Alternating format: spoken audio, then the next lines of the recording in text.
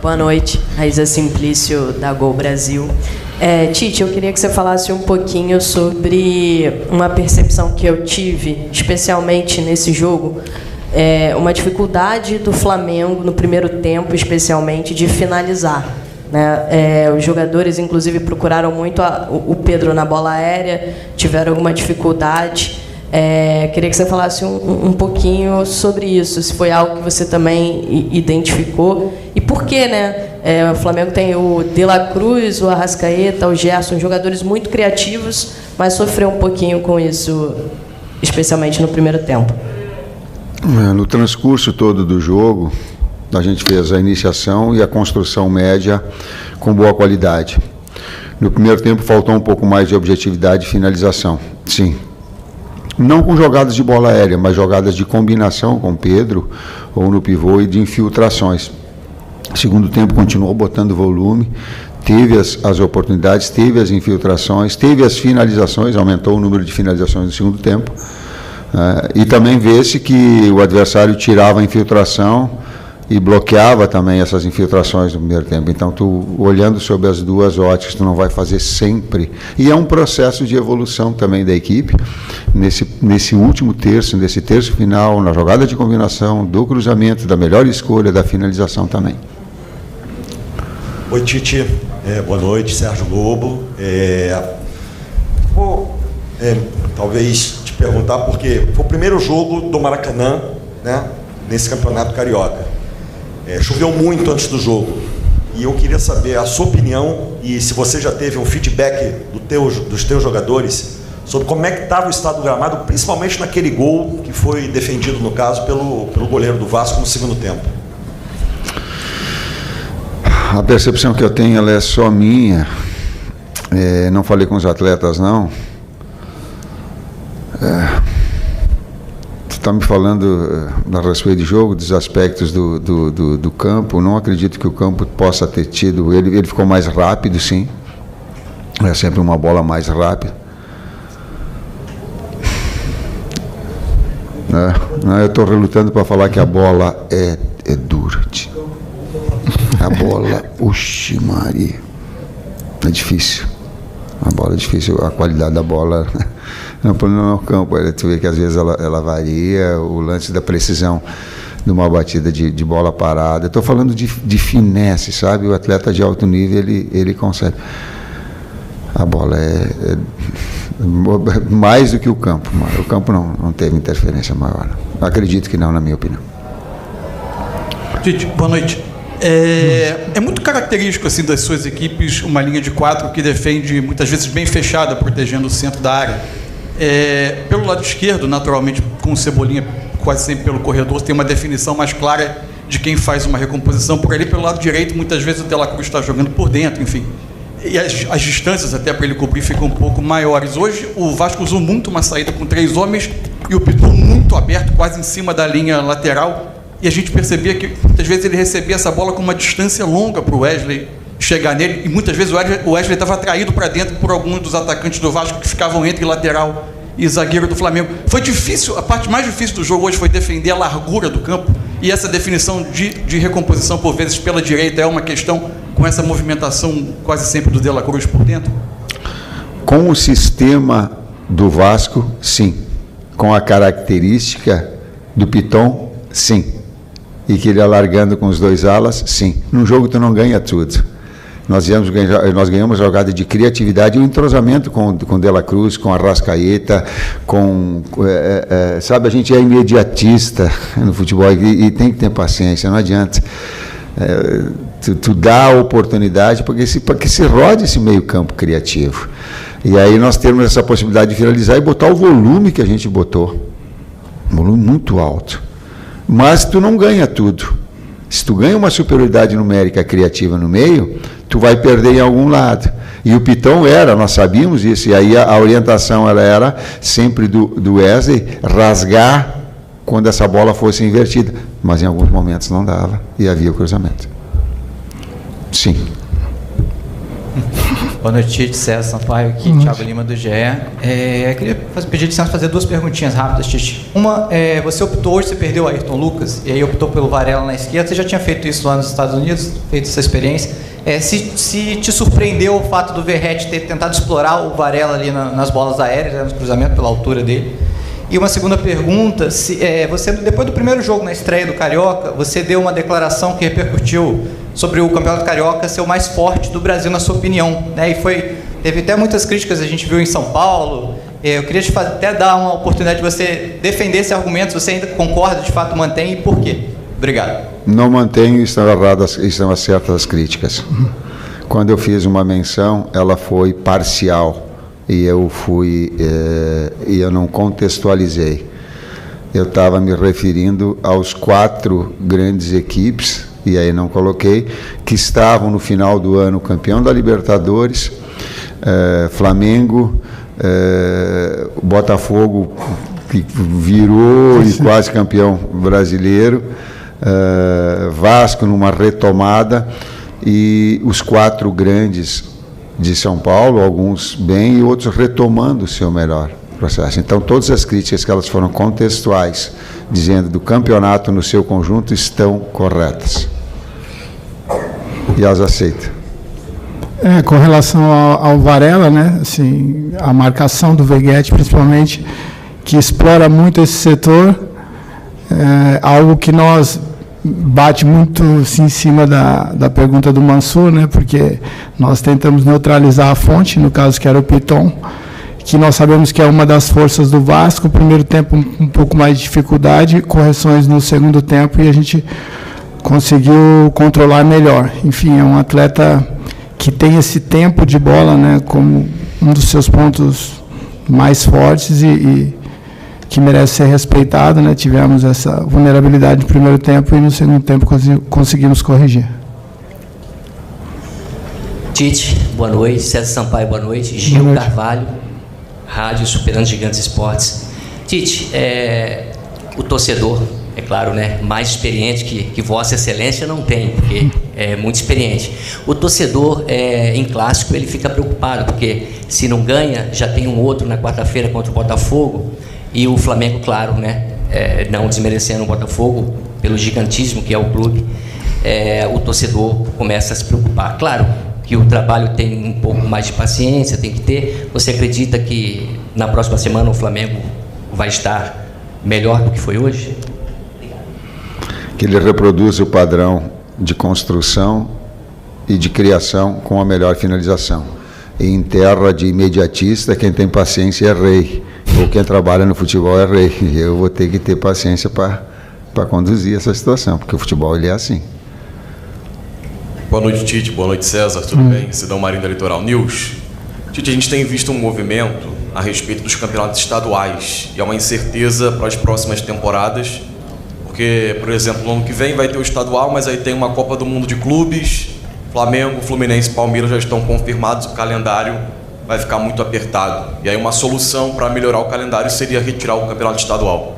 Eu queria entender de você, do César, de toda a comissão técnica, o pensamento de vocês e do Flamengo também, sobre a importância desse campeonato estadual. Qual a importância que o Flamengo tira de disputar um campeonato estadual nesse momento, depois de ter feito uma pré-temporada nos Estados Unidos? Isso me permite uma segunda pergunta. A gente viu também uma torcida mista hoje no estádio, né? Flamengo e Vasco. A gente tem visto pelo Brasil vários locais, vários estados não liberando essa torcida mista, tendo torcida única. Em certo momento do segundo tempo teve até uma disputa entre a torcida do Vasco e do Flamengo, mas na voz, nada de violência. Qual a importância pro futebol de ter essa torcida mista presente no estádio, melhor dizendo, coisa que a gente só tem visto em poucos estados do Brasil? Obrigado. Vou pegar essa segunda parte e falar aquilo que eu sinto. Exemplar. E tomara que não tenha ali fora tido problema de agressão. Cara, o futebol tem outra dimensão. O futebol tem outra dimensão de espetáculo. Eu não sou... eu volto a dizer, eu não sou puritano, não sou... Não. Eu só tento conduzir as coisas naquilo que eu acredito, no caminho daquilo que eu acredito ser o bem. Tem que ser assim, cara. Que bonito espetáculo das duas torcidas. E que ali fora não esteja uma situação cordial. Claro que eu, enquanto técnico, eu carrego comigo uma responsabilidade de dizer assim, tomara que a equipe jogue bem, vença, porque eu quero ver o torcedor feliz. Claro que nós levamos isso daí. Sim. Mas tem um respeito do outro lado, do outro trabalho, ele tem que ser, cara. Senão a gente fica numa sociedade que os seus valores, eles são... Né? Não dá para ser só... Não dá para ter Ministério Público, como já aconteceu comigo, pedir assim, por favor, não deem nenhuma declaração, porque vocês não sabem que nas esquinas ali, eles ficam armando, apontando para a morte. Eu já tive instrução disso. Eu digo, mas como? Então, o Ministério Público ter a necessidade de cara, não é assim. Prolonguei, mas ela se fazia importante por uma questão contextual, a outra parte, certo? Com relação ao calendário, né? Brasil, isso é um tema muito debatido. Entendo que acho que eu apareci num campeonato estadual, né? E a grande maioria dos atletas, né, tem essa oportunidade, e até dos clubes pequenos também. Entendo que é mais a gestão do número de jogos, né? A gente poderia fracionar um pouco mais para que equipes da Série A, Série B que estão na Copa do Brasil, que então tem mais competições, pudessem ter um intervalo maior ou uma prévia para que depois entrasse, porque perde todo mundo, né? A gente às vezes perde atletas por lesões, enfim.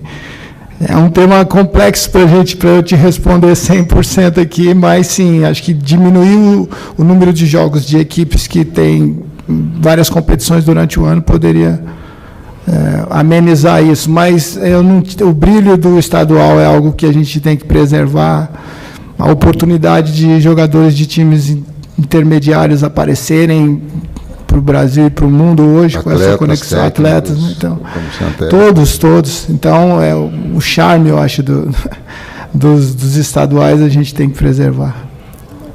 Tite, aqui à sua esquerda, a pergunta técnica.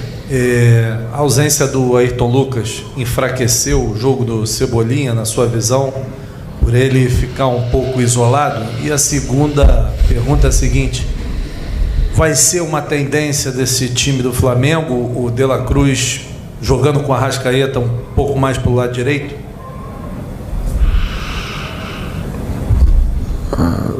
Teve uma crônica de um amigo do Fábio que colocou, que eu digo assim, que a bola fala, que o campo fala e a bola fala também. É um tempo para que essas situações se construam.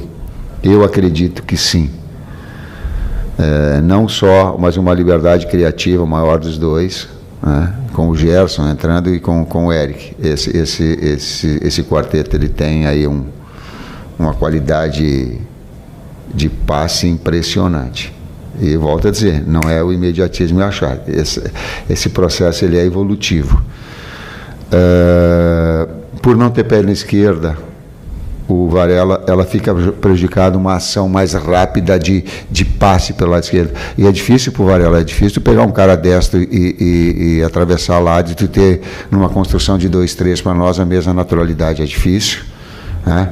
Então, agora que haveria uma fluidez maior, uma velocidade maior no acionar o externo, se tivesse um jogador de perna esquerda, ou que o Varela tivesse perna esquerda, para largar o campo, sim.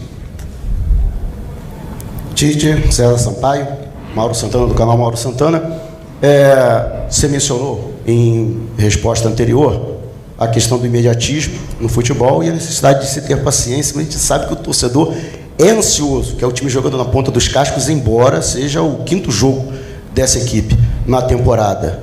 O quanto falta, na sua opinião, ainda para o Flamengo, e a que altura você acredita que o time pode estar mais próximo daquilo que você quer? E, César, muitas críticas foram com relação ao que apontaram como falta de intensidade do Flamengo ao longo da partida. Até que ponto isso é fruto ainda de um trabalho em evolução de início de temporada e também até que ponto é do mérito também do adversário que talvez não tenha deixado o Flamengo jogar? Bom, intensidade é meio relativo para mim, né? É um termo um pouco relativo. Nós, dentro do nosso modelo, entendo que fomos felizes, aquilo que a gente projetou aconteceu. Como o Tite disse, a gente conseguiu, dentro do modelo, levar a equipe até a intermediária ofensiva e faltou terminar melhor, uma qualidade melhor nas finalizações, né, no último terço, nas assistências, e sabíamos que o Vasco tem essa bola parada ou em movimento, né, uma bola aérea difícil e o contra-ataque também. Então, dentro daquilo que nós planejamos, as coisas aconteceram, e dentro desse processo, sim, usar mais a largura do campo na fase ofensiva, usar os dois lados também. Muitas vezes começamos e terminando por um lado que é oriundo aí de um início de temporada. Então, entendo nesse sentido, né? O time foi intenso, mas não conseguiu, né, transformar essa intensidade dentro do nosso modelo em oportunidades claras de gols e gol, né? Sendo que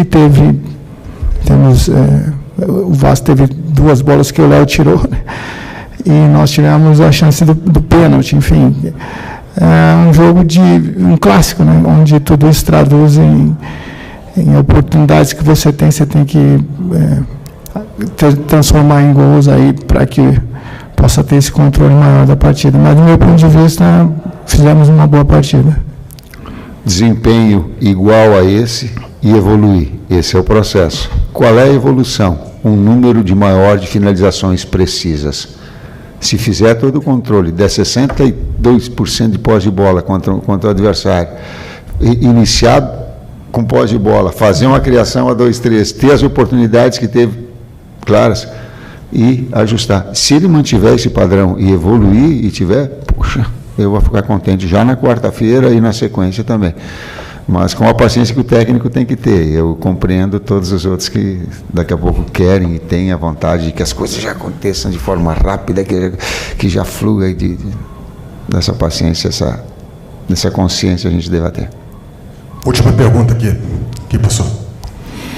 Professor, boa noite. Bruno Castanho, boa noite, César. Boa noite. O senhor falou, e agora o César também, né, falando da largura, e hoje o time concentrou muito o jogo por dentro, você falando, tentando se associar numa tabela, mas faltou um pouco mais de finalização, já que o Vasco tinha uma linha de 5, com mais 2 caras na frente, nas poucas oportunidades, um arremate de fora da área não poderia ser uma solução? Sim. E se me permite, já 2 coletivas que o senhor falou, sim, que o De La Cruz vem treinando como segundo homem e também como meia pelo lado direito, vindo para dentro. Na seleção uruguaia hoje ele é o cara centralizado, aquele cara que joga atrás do atacante. É uma possibilidade também para algum jogo, alguma situação do De La Cruz jogar nessa posição? Obrigado. De La Cruz, ele tem no tripé, ou faz losango no meio campo, ele é um dos carrilheiros, ele é um dos articuladores laterais. Eventualmente, no River, ele jogou como segundo, externo, como jogador não aberto, mas de flutuação e criação, que é como está também. Então, ele tem essa versatilidade, é um jogador versátil. Fez um belo jogo hoje. Fez um belo jogo. Então, tu tem essa capacidade criativa nesses jogadores, e aí tu vai, ao longo do tempo, também encontrar as melhores soluções. Faltou finalização de média distância, sim, tem que machucar. Machucar não é o termo, tem que finalizar com precisão, sim, quando abrir, se o adversário te tira infiltração com linha de 5, larga o pé de média distância. Sim, ela te tem que abrir essa foi uma das instruções do intervalo. É isso, gente. Obrigado. Boa noite, professor Tite, César. O diretor Bruno Espíndola vai dar um pronunciamento aqui rapidamente, por favor.